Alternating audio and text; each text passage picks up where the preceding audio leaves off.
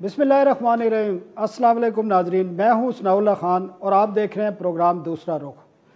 नाजरीन, बलोचिस्तान में वज़ीर आला बलोचिस्तान जाम कमाल की हुकूमत को ख़तरात लायक हो गए हैं और अपोजिशन की जमातों और बाज़ नाराज़ अरकान ने नो कॉन्फिडेंस मूव उनके ख़िलाफ़ जमा कराई है, जिस पर 22 या 23 को वोटिंग होनी है। और इसी हवाले से कोयटा जो है इस वक्त सियासी सरगर्मियों का मरकज़ बना हुआ है। Chairman senate, deputy chairman senate ने वहाँ पर विज़िट किया है और नाराज़ अरकान को मनाने की कोशिश की है। इसके साथ इस्लामाबाद से दीगर भी अहम हलकों के अहकाम बलूचिस्तान में कोयटा में मौजूद हैं और इन हलकान से मुज़ाकरात किए जा रहे हैं और जाम कमाल की हुकूमत को बचाने की कोशिश की जा रही है। इसी पर हम बात करेंगे। कोयटा से हमारे साथ मारूफ साफ़ी सैयद अली शाह मौजूद हैं, कोयटा वॉइस के एडिटर हैं। शुक्रिया शाह जी आपका हमें टाइम देने का। इसके अलावा डॉक्टर सना खान अचकज़ई भी मौजूद हैं, जो सीनियर साफ़ी हैं और कोयटा में इसी किस्म की जितनी भी सियासी रिपोर्टिंग होती है, सियासी मालूमात होती है, वो रखते हैं। शाह जी मैं आपके पास पहले आऊँगा। शाह जी, बलूचिस्तान में जब भी हुकूमतें बनती हैं, एक तो अरकान की तादाद बहुत कम है, तो माजी में भी हमने देखा है कि वज़ीर आला के ख़िलाफ़ इस किस्म की तहरीक अदम एतमाद आती रही हैं। अभी क्या सूरत हाल है? ये कोई सीरियस मूव है? और जिस तरह इस्लामाबाद से लोग वहाँ पर जा रहे हैं, मनाने की कोशिश की जा रही है, तो हैं इम्कानात के जाम कमाल की हुकूमत बच जाएगी? बहुत शुक्रिया सनाउल्लाह खान साहब। इस मरतबा सूरत हाल जो है वो तब्दील है। माजी में हमने देखा कि सरदार यार मोहम्मद रिंद साहब जो है वो नाराज हुआ करते थे। सरदार साले बोतानी और साबिक वज़ीर आला मौजूदा स्पीकर कुदूस बिजंजो जो है ये नाराज हुआ करते थे। वो एक दो दिन के बाद उनको फिर मना लेते थे। चेयरमैन सेनेट सादिक संजरानी साहब हमेशा कोयटा तशरीफ लाते थे, इनसे बात करते थे, फिर एक मुश्तरका प्रेस कॉन्फ्रेंस होता था और उसके बाद जो है हमेशा ये ऐलान होता था कि मामलात जो है अफवाम व तफहीम से हल किए गए। लेकिन इस मरतबा सूरत हाल जो है वो संगीन है। उसकी वजह यह है कि 15 या 16 जो अरकान है हुक्मरान जमात बलूचिस्तान अवामी पार्टी के, वो अचानक नाराज हो गए। अब ये आप अंदाजा लगाएं, जो नो कॉन्फिडेंस मोशन है वो अपोजिशन की जानिब से मूव किया गया। 16 सितंबर को उन्होंने जमा किया अदम एतमाद की तहरीक जाम कमाल खान के खिलाफ। अब लड़ाई तो इनकी होनी चाहिए थी अपोजिशन के साथ। अचानक जो है हुक्मरान जमात बलूचिस्तान अवामी पार्टी में इख्तिलाफात खुलकर सामने आ गए। अब ये समझ में नहीं आ रहा कि ये कोई मैच फिक्सिंग है, ये पहले से कोई प्री प्लान्ड है, किस तरह है। अपोजिशन वाले तो इस वक्त खामोश बैठे हुए, लेकिन इस वक्त लड़ाई जो है वो हुक्मरान जमात बलूचिस्तान अवामी पार्टी में है। जिस तरह आपने कहा और भी बड़े आए हैं, साथ ही चेयरमैन सेनेट जो है वो भी कोयटा में मौजूद है, उनकी मुलाकातों का भी सिलसिला जारी है। यहाँ पर बलूचिस्तान अवामी पार्टी के जो बानी है सेनेटर सईद अहमद हाशमी, उन्होंने भी नाराज अरकान से उनसे मुलाकातें की है। नवाबजादा तारिक मक्सी है, इसी तरह दिगर जो बलूचिस्तान अवामी पार्टी के जो कायदीन है उनकी जानिब से मुलाकातों का सिलसिला जारी है, लेकिन अभी तक कोई ब्रेक थ्रो नहीं हुआ है। कल इस तरह की बात सामने आई थी कि शायद जाम साहब को कोई 3 महीने दिए गए कि 90 दिन में मामला ठीक करें और इनको एतमाद मिले, लेकिन आज फिर टेम्परेचर हाई है सनाउल्लाह खान साहब। अच्छा, तो ठीक है शाह जी, आप सही कह रहे हैं। हम सना खान से भी पूछते हैं। डॉक्टर साहब आप बताएं, वजूहात क्या हैं इन लोगों के अरकान की नाराज़ होने की? हुकूमती इत्तेहाद के लोग नाराज़ हैं, अपोजिशन के तो होते ही नाराज़ हैं, तो वजूहात क्या हैं? और लगता है कि जिस तरह शाह जी ने भी बताया कि इस दफ़ा लगता नहीं है कि कोई मामला हल होगा और तब्दीली लगता है कि आ सकती है। तो बेसिकली हमारे नाजरीन को बताएं कि वजूहात क्या हैं। माजी की वजूहात हैं कि डेवलपमेंट के फंड नहीं मिले, या वजारतें नहीं मिली, या कोई और इशू हैं वो हल होने के करीब नहीं आ रहे? बिल्कुल साना साहब, सबसे पहले आपका बहुत शुक्रगुजार हूँ कि आपने मुझे टाइम दिया बलूचिस्तान के हवाले से। शाह जी हमारे बलूचिस्तान के बहुत बड़े सीनियर साफ़ी है, मैं उसका एहतरामन बहुत एहतराम करता हूँ। बिल्कुल जिस तरह शाह जी ने कहा, हकीकत इसी तरह है। चेयरमैन सेनेट सादिक संजरानी की क़यादत में वफाद नाराज अरकान के साथ बातचीत करने के लिए जो आई थी, लेकिन वो नाकाम रही। आज सुबह चेयरमैन साहब कराची चले गए, अख्तर मेंगल और मौलाना वासे से मुलाकात है उसकी, लेकिन उसके बाद पता चलेगा। लेकिन इसी के साथ साथ बलूचिस्तान को माजी की तरह एक बार फिर सियासी तौर पर तजर्बागाह बनाया जा रहा है। बलूचिस्तान की तारीख में सिवा एक वज़ीर आला मरहूम जाम यूसुफ जो वज़ीर-ए-आला के वालिद थे, जो कि मौजूदा वज़ीर-ए-आला जाम कमाल के वालिद थे, उन्होंने अपनी 5 साल मुद्दत पूरी की है और कोई भी वज़ीर-ए-आला अपनी मुद्दत पूरी नहीं कर सकेगा। लेकिन इसी तरह एक सिस्टम जारी है कि वज़ीर-ए-आला भी 5 साल, लेकिन इस टाइम 2 से 3 मरतबा वो बच चुके हैं। लेकिन इस टाइम जो 16 अरकान है, उसने बिल्कुल कसम खाई है कि हम लोग वज़ीर-ए-आला के साथ बलूचिस्तान में नहीं चल सकेंगे। और इसी के साथ साथ कुदूस बिजंजो के घर पर जो वो हुआ दावत थी, कुदूस बिजंजो के घर पर दावत में भी तमाम बंदों ने कसम उठ के हम लोग बिल्कुल जाम के साथ नहीं चल वजूहात क्या है डॉक्टर साहब, वजूहात बताएं, मेन वजह क्या है? वजूहात ये है कि वज़ीर-ए-आला बलूचिस्तान ने 8 से 9 महकमे अपने साथ रखे हुए। बलूचिस्तान के 6 से 7 बंदों, जिसमें कुदूस बिजंजो, सरदार यार मोहम्मद रिंद और मोहम्मद खान लेडी, जहूर बुलिदी, पश्तून बेल्ट में 2 बंदे, अजनूर मोहम्मद दुमड़ और अजमीटा खान साहब, 6 से 7 बंदों के ऊपर इसने इस पीएसडीपी में बिल्कुल उन लोगों को इग्नोर किया है। उन्होंने जितने पीएसडीपी में अपने स्कीमात डाले थे वो स्कीमात निकाल दिए थे। और इसी के साथ साथ इस टाइम वज़ीर-ए-आला के लिए असल मसला इनकी पार्टी और एहतियादों की जानिब से, अगर पार्टी और एहतियादी जमातों के नाराज अरकान की जानिब से पैदा किए जाने वाले मसले को हल नहीं किया गया तो ये वज़ीर-ए-आला के लिए खतरा भी बन सकता है। ठीक है, आप हमारे साथ रहिए।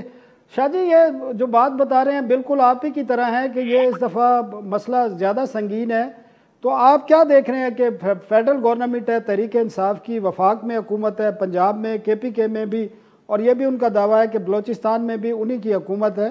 तो फेडरल गवर्नमेंट को किस तरह देख रहे हैं? वफाक की तरफ से कोई वजीर या प्राइम मिनिस्टर ऑफिस से कोई इसमें इंडक्शन हुई है? कोई इस मामले को हल करने के लिए कोई आगे आया है?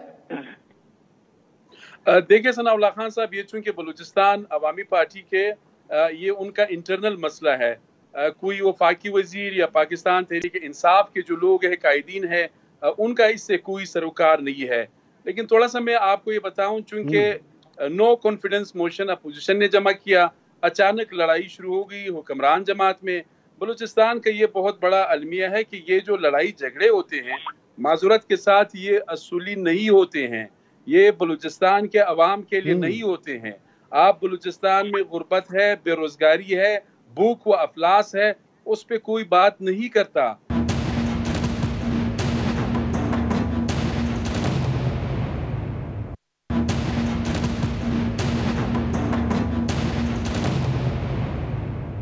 डॉक्टर साहब, आपने अभी भी वो वजूहात नहीं बताई। आप तो ये बता रहे हैं कि PSDP नहीं दिया गया। शाह जी जो बता रहे हैं कि बेसिकली ये अवाम के इशू नहीं है, इनके कोई पर्सनल इंटरेस्ट होते हैं जिसकी बुनियाद पर ये इस किस्म की सिचुएशन पैदा होती है बलूचिस्तान में। और माजी में आपने बताया भी है कि सिर्फ एक वज़ीर आला है जिसने अपनी मुद्दत पूरी की है, बाकी तमाम को इसी तरह किसी न किसी सियासी एक मुहिम जोई के ज़रिए तब्दील किया गया है।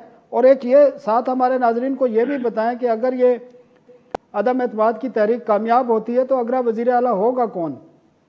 अच्छा सनाउल्लाह साहब, सबसे पहले बात यही है कि बलूचिस्तान में कोई भी वज़ीर आला आवाम के लिए नहीं सोचता, लेकिन असल तौर पर इस वज़ीर आला ने आवाम को बहुत तंग किया है। पूरे आवाम इस वज़ीर आला से तंग है। लेकिन असल बात यह है कि सियासी के साथ साथ इसने तमाम अरकान असम्बली के साथ साथ तमाम अपोजिशन किस तरह, डॉक्टर साहब सॉरी मैं आपकी बात कर रहा हूँ, किस तरह तंग किया है, मैं यही आपसे पूछना चाह रहा हूँ कि क्या वजूहात है? तमाम जितने अरकान असम्बली है तमाम बंदों को PSDP में तंग किया हुआ है। न किसी को स्कीमात देते, मन पसंद जितने वज़ीर आला के जो पसंद होते हैं उसी बंदे को स्कीमात देते हैं। और इसी के साथ साथ आवाम को बहुत तंग किया हुआ है। बलूचिस्तान में स्कॉलरशिप, स्टूडेंट के लिए तालीमी जो मरहत होते हैं कुछ भी इस साल ये तकरीबन 3 साल में नहीं हुए। सबसे ज्यादा रिकॉर्ड किए जाने वाले एहतिजाजी मुजाहरे वज़ीर आला बलूचिस्तान के मुद्दत में हुए। ठीक है डॉक्टर साहब होल्ड करिए, हमारा सैयद अली शाह से रब्ता दोबारा कायम हुआ है। शाह जी आप बता रहे थे कि वजूहात क्या है और किस तरह इनके जाती इंटरेस्ट है लोगों में। जी देखिए सनाउल्लाह साहब, बलूचिस्तान में गवर्नेंस का बहुत सीरियस इशू है। इसके लिए पॉलिटिकल विल की जरूरत है, वो बलूचिस्तान में कंप्लीटली मिसिंग है। बलूचिस्तान में जो PSDP है, मेजर बोन ऑफ कंटेंशन, आज जो लड़ाई है ये कोई उसूल की लड़ाई नहीं है, बल्कि ये तरक्याती स्कीमात की लड़ाई है, ये मिनिस्ट्रीज की लड़ाई है। माजूरत के साथ विद ड्यू अपॉलॉजी, बलूचिस्तान का जो आम बासी है उसके लिए यहाँ पर लोग नहीं सोचते हैं। बलूचिस्तान में जो तरक्याती अमल है वो एक्सक्लूसिव है। आप अगर बासर है, सरदार है, नवाब है, खान है, कोई भी आपका बड़ा उहदा है, आपके लिए मखसूस स्कीमें होंगी। लेकिन यहाँ पर जो डेवलपमेंट प्रोसेस है वो इंक्लूसिव नहीं है, शराकती नहीं है, लोगों का उसमें कोई वो इनपुट नहीं है। तो कहने का मकसद ये है, ये जो लड़ाई है यहाँ पर होते रहते हैं। अब यहाँ पर सूरत हाल ये है कि बलूचिस्तान में जो एजुकेशन के इंडिकेटर्स है, सेहत के इंडिकेटर्स है, और यहाँ पर पीने का साफ पानी है, और जो की सोशल इंडिकेटर्स है, वर्ल्ड बैंक का रिपोर्ट है, बलूचिस्तान तमाम सूबों से पसमानदा है। अब इसके लिए कोई नहीं सोचता। यहाँ पर अजाब ये है कि जी आपके पास ये मिनिस्ट्री है, मेरे पास वो मिनिस्ट्री है, सारा फंड जो है तुरबत ले गए, सारा फंड किला सैफुल्लाह ले गए, सारा फंड जो है वो लसबेला ले गए। ये बहुत बड़ी ट्रेजेडी है इस सूबे के साथ।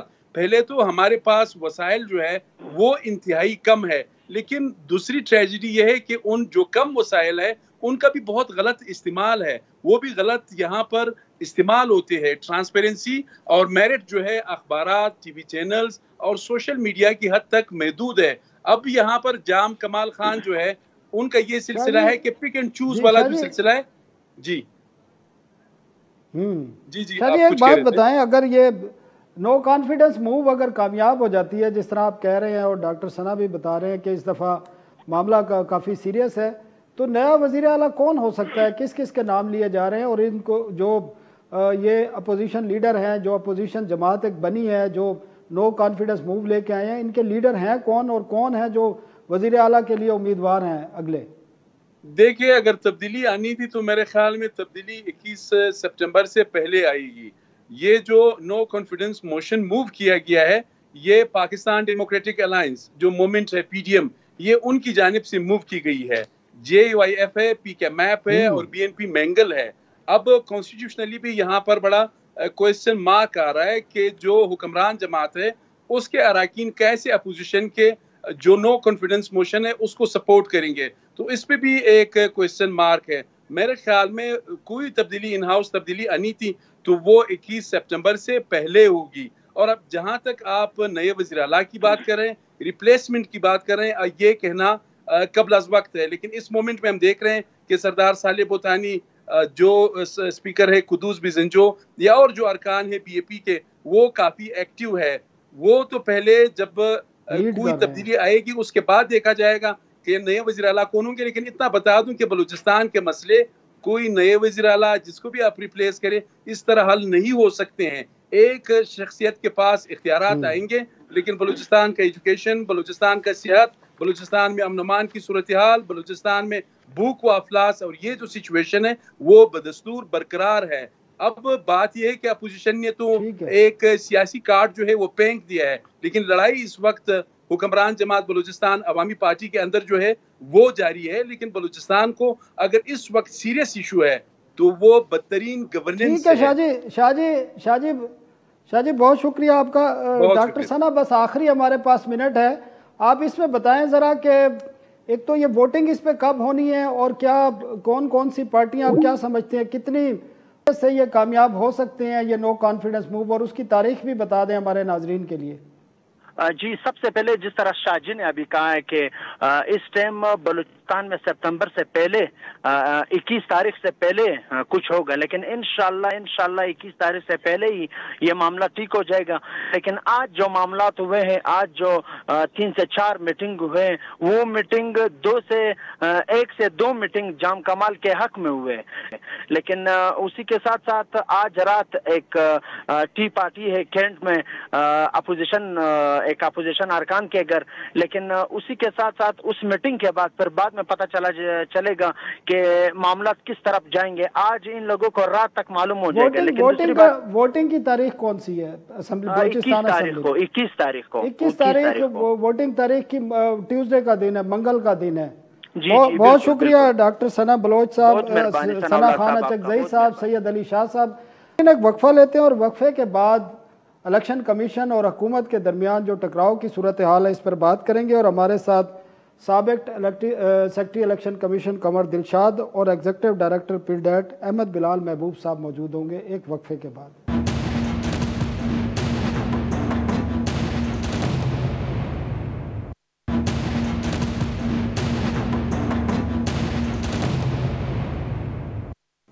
वेलकम बैक नाजरीन, हुकूमत और इलेक्शन कमीशन के दरमियान तनाव बढ़ता जा रहा है कम होने की बजाय, और हुकूमत की तरफ से वज़रा की तरफ से इलेक्शन कमीशन पर बराह रास्त इल्ज़ामात आयद करने के बाद इलेक्शन कमीशन ने भी 2 वज़रा को नोटिस जारी कर दिए हैं। अब इस सूरत हाल में इंतखाबी इस्लाहात का क्या मुस्तकबिल होगा और इन 2 वज़रा को जो नोटिस जारी किए गए हैं इस हवाले से कानूनी और आइनी जो दफ़ात हैं या आइनी नुकात हैं वो क्या कहते हैं, इस पर हम बात करेंगे। हमारे साथ मौजूद हैं कमर दिलशाद साहब, साबिक सेक्रेटरी इलेक्शन कमीशन है, बहुत शुक्रिया कमर साहब। इसके अलावा एग्जीक्यूटिव डायरेक्टर पीडैट हैं अहमद बिलाल महबूब साहब। अहमद साहब आपका ही बहुत बहुत शुक्रिया। कमर साहब, आप इलेक्शन कमीशन में काफ़ी अरसे रहे हैं और तमाम चीज़ों को देखते रहे हैं।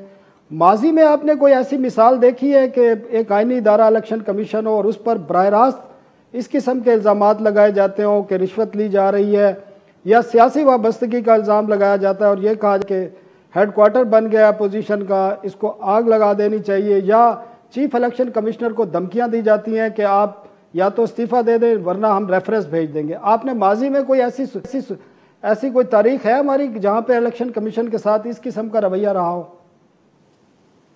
असूली तौर पर माजी की जो तारीख है उसमें अपोजिशन का तो लहजा इसी तरह रहा जैसे कि अब मौजूदा हुकूमत के बाद वज़रा का भी है और यहाँ तक कि प्राइम मिनिस्टर साहब का भी लहजा इसी तरह से है जैसे कि माजी में opposition election commission of Pakistan पर तनकीद करती रही। माजी की तो रवायत बहुत ज़्यादा है, पूरी तारीख भरी हुई है कि जब हमारी अपोजिशन जो है हमेशा चीफ इलेक्शन कमीशन पर तनकीद का निशाना बनाती रही। और आप हैरान होंगे कि हमारे साबिक चीफ इलेक्शन कमीशन थे जस्टिस इरशाद साहब, उनको भी बहुत शदीद तनकीद का निशाना बनाया रहा जब तक वो 3 साल तक चीफ इलेक्शन कमीशन रहे।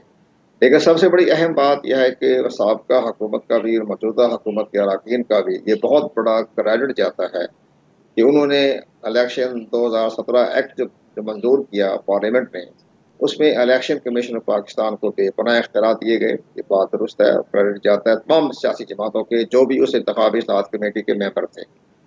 इसी तरह से हम आप थोड़ा सा मैं 1 सेकंड में बात मुकम्मल करता हूँ, इसके बाद हम आगे लेके चलते हैं। 18वीं अमेंडमेंट से लेकर 24वीं अमेंडमेंट तक इलेक्शन कमीशन ऑफ पाकिस्तान को बड़ा खुद मुख्तार इदारा बनाया गया। पहले chief election commissioner president of Pakistan के ज़ेर असर होते थे।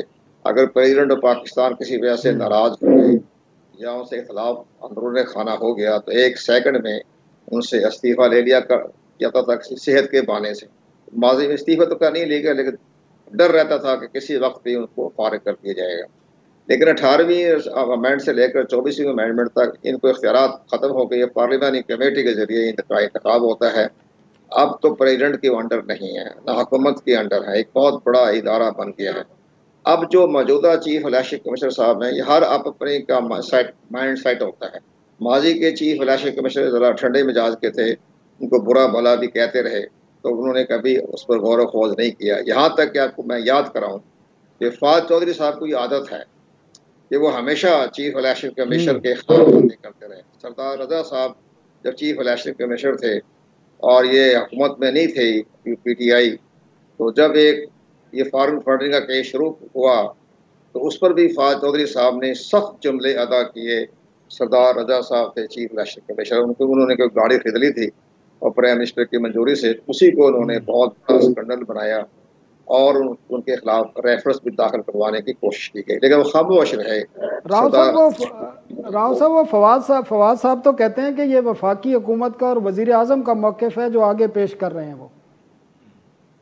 लेकिन यही तो मैं अर्ज कर रहा हूँ ना कि अब हुकूमत को तो इलेक्शन कमीशन किसमें चाहिए ना, हुकूमत है ना, वफाकी हुकूमत है, प्रेसिडेंट ऑफ पाकिस्तान है, तमाम मामलात है। अगर किसी वजह से अंडरस्टैंडिंग नहीं हो रही तो अंदर बैठ के मुज़ाकरात कर सकते हैं और आपस में मुलाकात हो सकती है। तो वो उसकी बजाय इन्होंने दूसरा हरबा इख्तियार किया और बिला वजह अहमद बिलाल साहब ने उसी 7 सितंबर को मैंने अहमद बिलाल महमूद साहब ने बड़ा खूबसूरत प्रेजेंटेशन दी थी और बड़े इत्मीनान के साथ उन्होंने हमारे को सुना। लेकिन तो 2 दिन के बाद जब इजलास हुआ तो उस पर हमारे एक वफाकी वजीर साहब बिला वजह इलेक्शन कमीशन पर उन्होंने शुरू कर दिया, हमला कर दिया, लफाजी हमला कर दिया, आग लगा देंगे, करप्शन के इल्जाम पर। लेकिन उस पर सब्र नहीं किया, उस खामोश हो जाती है तो ख़त्म बात होती है। लेकिन 2-3 घंटे के बाद एक प्रेस कॉन्फ्रेंस होगी, इस प्रेस कॉन्फ्रेंस में भी शदीद अल्फाज इस्तेमाल किए गए हमारे वफाकी वज़रा ने।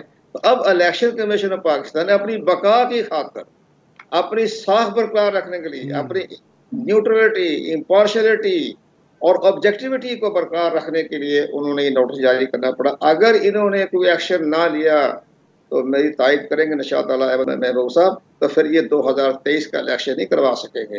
2023 का इलेक्शन लोकल ठीक है सर आप हमारे साथ रहिए। मैं अहमद बिलाल साहब से भी बात करता हूँ। सब अहमद बिलाल साहब, आपसे भी यही सवाल है कि अगर ये जो सूरत हाल है, हेड एंड हेड हुए हैं इलेक्शन कमीशन और हुकूमत खासकर हुकूमत का रवैया बड़ा अग्रेसिव है, तो इंतखाबी इस्लाहात जिस पर आपको भी ब्रीफिंग दी गई है, उनका मुस्तकबिल है क्या? आया कि हम इंतखाबी इस्लाहात कर सकेंगे 2023 के इलेक्शन से कबल, या जो 2017 में एक्ट आ चुका है, या जिस तरह कमर साहब बता रहे थे कि 18 अमेंडमेंट और 24 अमेंडमेंट में जो हो चुका है वो काफ़ी है? तो आप क्या समझते हैं, इंतखाबी इस्लाहात तो हो सकती हैं अभी सूरत हाल में? जी बहुत शुक्रिया। देखिए, इंतखाबी इस्लाहात का जो 2 bill senate standing committee on parliamentary affairs के सामने आए थे, उसमें से कुछ चीज़ों पे तो इत्तफाक राय हो गया है अपोजिशन का और हुकूमत का। कुछ 23-24 नुकात ऐसे हैं 50 में से जिनके ऊपर इत्तफाक राय हो गया है। वो अगर असम्बली में आएगा तो उस इत्तफाक राय की चीज़ तो चूँकि सबको काबिल कबूल है, वो पास हो भी जाएगी और सबको कबूल भी होगी। लेकिन अगर ये बाकी चीज़ों को जिनके ऊपर बहुत कंट्रोवर्सी है, जिसके ऊपर अपोजिशन कतन तैयार नहीं है मानने के लिए, और सिर्फ अपोजिशन ही नहीं है, आम पब्लिक में भी, सिविल सोसाइटी में भी, मीडिया में भी काफ़ी लोग उससे इख्तलाफ राय रखते हैं। अगर इतने इख्तलाफ राय के बावजूद उसे वो असम्बली के अंदर अददी अक्सरियत की बुनियाद पे जॉइंट सेशन ऑफ पार्लियामेंट में स्टीम रोल करेंगे तो कानूनी तौर पे तो पास हो जाएगा।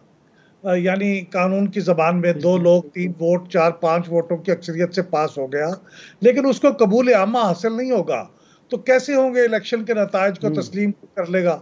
तो 2023 के इंतखाबात जो हैं वो इंतहाई खटाई में पड़ जाएंगे। उनके नतायज को तो कोई तस्लीम करेगा ही नहीं, लेकिन उससे पहले ये 2 साल पहले ही इंतखाबी नतायज आने से पहले ये खटाई में पड़ जाएंगे, क्योंकि उनके ऊपर डिस्प्यूट हो जाएगा। अब मैं क्विकली एक कमेंट ये करना चाहता हूँ कि देखें, ये जो कन्फ्रंटेशन की फ़िज़ा पैदा हुई है उसकी बड़ी वजह ये है, और कमल दिलशाद साहब यहाँ बैठे हुए हैं, इनसे पहले मैं एडवांस माजरत कर लेता हूँ क्योंकि माजी में इलेक्शन कमीशन के सेक्रेटरी रहे हैं, और इस लिहाज से अहम तरीन एग्जेक्टिव ओहदा था इनके पास। लेकिन हमारा इलेक्शन कमीशन, ये इन्होंने फरमाया बहुत पोलाइट ज़बान में कि वो चीफ इलेक्शन कमिश्नर बहुत शरीफ थे, वो नोटिस नहीं लेते थे। मैं इसे कमज़ोर कहूँगा। कमज़ोर थे, दब्बू थे, सबमिसिव थे और एक्शन नहीं लेते थे, असर्ट नहीं करते थे। देखिए, जब आपका ज़ाती कोई मसला हो तो इसमें ठीक है आप शराफत शो करें। यहाँ एक पूरे इदारे की बेइज्जती हो रही हो, पूरा इदारा उसकी इज्जत और एहतराम ख़तरे में पड़ गया हो, तो वहाँ आप खामोश रहें, तो इसका मतलब यह है कि आपने इदारे को कमज़ोर किया। तो माजी में ऐसे किया, अब ये हुकूमत उसी की आदत है। आज बिलाल साहब, सॉरी आपकी बात काट रहा हूँ, ये बताएं जो आज उन्होंने अब उन्होंने नोटिस लिया है हुकूमती वज़रा के रवैये का, उसको आप कैसे देखते हैं? वो अब ठीक है, एग्जर्ट कर रहे हैं अब, और इस पर आप क्या समझते हैं, वज़रा को कितनी सज़ा हो सकती है, और सज़ा होती है तो उसके बाद का क्या सिनारियो होगा? फिर हुकूमत भी मज़ीद अग्रेसिव हो सकती है, तो ये निज़ाम चलेगा किस तरह आगे? देखिए, इलेक्शन कमीशन ने कुछ अपने आप को असर्ट करना शुरू किया है। मुझे नहीं मालूम कि क्या ये अपने आप को उस तरह असर्ट कर पाएंगे। जैसे देखिए, इंडिया में भी इलेक्शन कमीशन जो है ना, वो 1990 से पहले का इलेक्शन कमीशन इंतहाई सबमिसिव और इंतहाई प्लाइंट इदारा था, और जब वहाँ टी.आन. शेषान साहब को चीफ इलेक्शन कमिश्नर मुकर्रर किया गया, जो 90 से 96 तक रहे, तो वो कहते हैं कि वो इलेक्शन कमीशन बिल्कुल बदल गया। अब मुझे नहीं मालूम कि मौजूदा चीफ इलेक्शन कमिश्नर ये कर पाएंगे या नहीं, लेकिन उनसे तवक्को ये है। अब आपका जो नोटिस है इन 2 लोगों को, देखिए इलेक्शन कमीशन के पास हाई कोर्ट की वो पावर्स हैं जो उन्हें तौहीन अदालत के ज़िम्मन में हासिल हैं। तो अगर ये चाहें, अगर ये महसूस करें तो इसके ऊपर कार्रवाई करके अगर इनको तौहीन अदालत की बज़ाहिर जैसे लगता है कि वो उनसे जुर्म सरजद हुआ है तो उनको सज़ा दे सकते हैं, वही सज़ा जो हाई कोर्ट अपने तौहीन अदालत के जुर्म में दे सकती है। मेरा तो ख्याल ये है कि उसके नतीजे में वो डिस्क्वालीफाई भी हो सकते हैं, लेकिन कुछ माहिरीन कानून ये कहते हैं उसके बारे में कानून मुख्तलिफ है, ये सज़ा तो हो जाएगी लेकिन वो शायद डिस्क्वालीफाई ना हो, तो इस बारे में इख्तलाफ राय है। जी नाज़रीन, एक ब्रेक लेते हैं और ब्रेक के बाद हम इलेक्शन कमीशन के मामलात पर गुफ्तगू का सिलसिला जारी रखेंगे।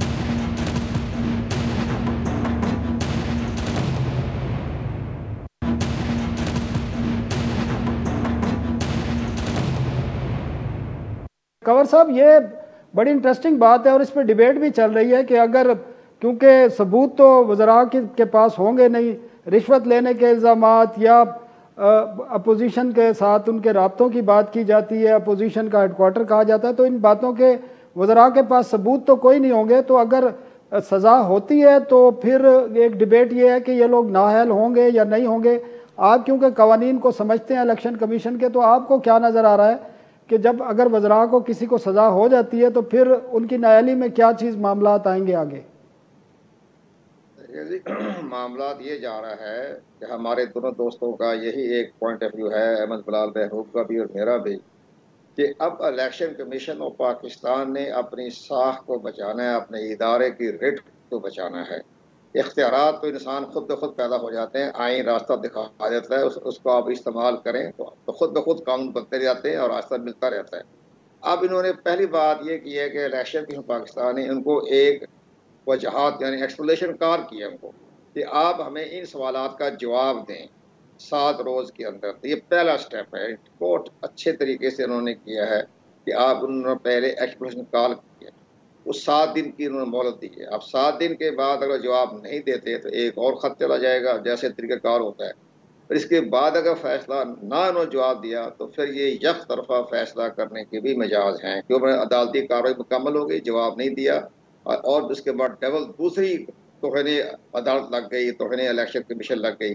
तो इसके बाद मामला अगर आगे बढ़ गया तो इलेक्शन कमीशन ऑफ पाकिस्तान, ठीक है, आईनी माहिरीन की अब अपनी राय होती है, उनके अपने वफादात होते हैं, उनके अपने एक लाइन अप होती है।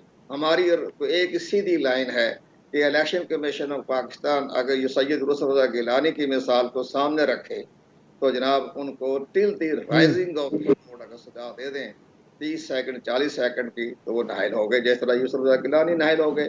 कौमी असम्बली की नशिस्त भी गई, बिल्कुल भी गई और 5 नहीं साल तो उस नाअहली के लिए अलग से रेफरेंस आएगा या उसी डिसीजन के बाद नाअहल हो जाएंगे या सुप्रीम कोर्ट जाना पड़ेगा? तो बाज़ लोग कहते हैं सुप्रीम कोर्ट जाना पड़ेगा या अलग से रेफरेंस आएगा इस अगर कोई सज़ा हो जाती है तो? नहीं जी, रेफरेंस दाखिल करने की मेरी गुजारिश ये है कि जनाब इलेक्शन कमीशन ऑफ पाकिस्तान के पास बेपनाह इख्तियारात, अगर रेफरेंस स्पीकर ने तो रेफरेंस भिजवाने नहीं और 5 साल तक गवर्नमेंट बेशक रहे, उन्होंने स्पीकर नहीं भिजवाना, ये हमारी माजी की रवायत रही है। तो लेकिन बगैर रेफरेंस के भी स्पीकर के रेफरेंस की जरूरत नहीं है, वो तो direct election commission of Pakistan ने ले लिया है कंटेम्प्ट ऑफ कोर्ट का और अपना आर्टिकल 204 के तहत उन्होंने कार्रवाई करनी है।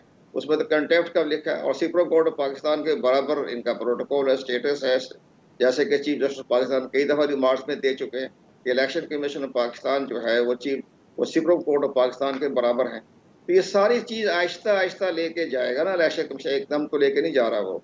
इसके बाद वो शौकाज करेंगे, शौकाज इसमें कोई टाइम फ्रेम है, कोई आर्टिकल 204 में कोई टाइम फ्रेम है कि इलेक्शन कमीशन इस किस्म की कार्रवाई कितने दिन में मुकम्मल करे? जी सर, कंवर साहब।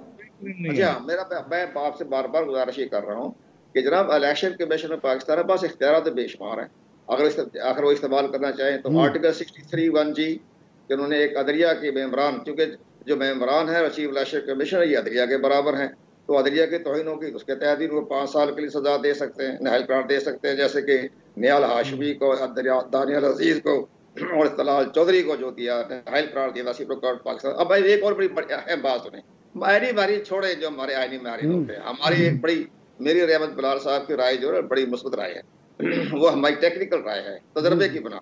माहिरीन को छोड़े आप।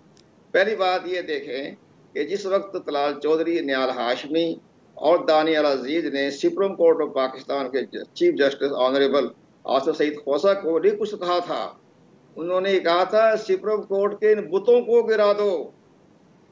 कोई बार बार लफ्ज़ इस्तेमाल हो, उसी पर election supreme court of Pakistan ने इन तीनों को नाअहल करार दे दिया। 5 साल के लिए सजा भी हो गई, नाअहल भी करार दे दिया। तो ये इशारों में दिया ना। अब ये कहते हैं हमारे मिनिस्टर कि जी हमने इदारे को कुछ नहीं कहा, शख्सियात को कहा है। तो जनाब इन तीनों ने भी तो शख्सियात को ये कहा था ना, बुतों को गिरा दो। उन्होंने सुप्रीम कोर्ट की इमारत थोड़ी गिरानी थी, उस पर सजा हो गई। तो शख्सियात और इदारे लाज़िमन मलज़ूम होते हैं, इकट्ठे होते हैं। शख्सियात के साथ इदारा चलता है, इदारा शख्सियात से चलता है। तो अब इन हालात को इलेक्शन कमीशन की ताकत देखें। ठीक है कमर साहब हमारे पास टाइम ख़त्म हो रहा है। अहमद बिलाल साहब से भी हमने एक कमेंट्स लेना है। अहमद बिलाल साहब, अब सूरत हाल आपने सुनी, आप भी इन चीज़ों के बारे में जानते हैं, और हुकूमत अभी भी ईवीएम पर अभी भी अड़ी हुई है कि ईवीएम करना है और ये बिल भी लेके आने हैं। और मंगल को जो कैबिनेट हो रही है उसमें फिर जो पहला एजेंडा है ईवीएम ही है, और ये भी अनाउंस कर चुकी है हुकूमत के जॉइंट सेशन बुलाकर ये तमाम बिल पास कराएंगे। तो ये फिर मसला क्या है हुकूमत के साथ? हुकूमत को इतनी जल्दी है क्या? और इस तमाम सूरत हाल 2 अपने वज़रा की कुर्बानी देने के करीब पहुंच चुके हैं, उसके बावजूद बाज़िद हैं कि ये हमने करना है। जी सर। देखिए, एक तो ईवीएम को पसंद करना और उसको इंट्रोड्यूस करना एक चीज़ है।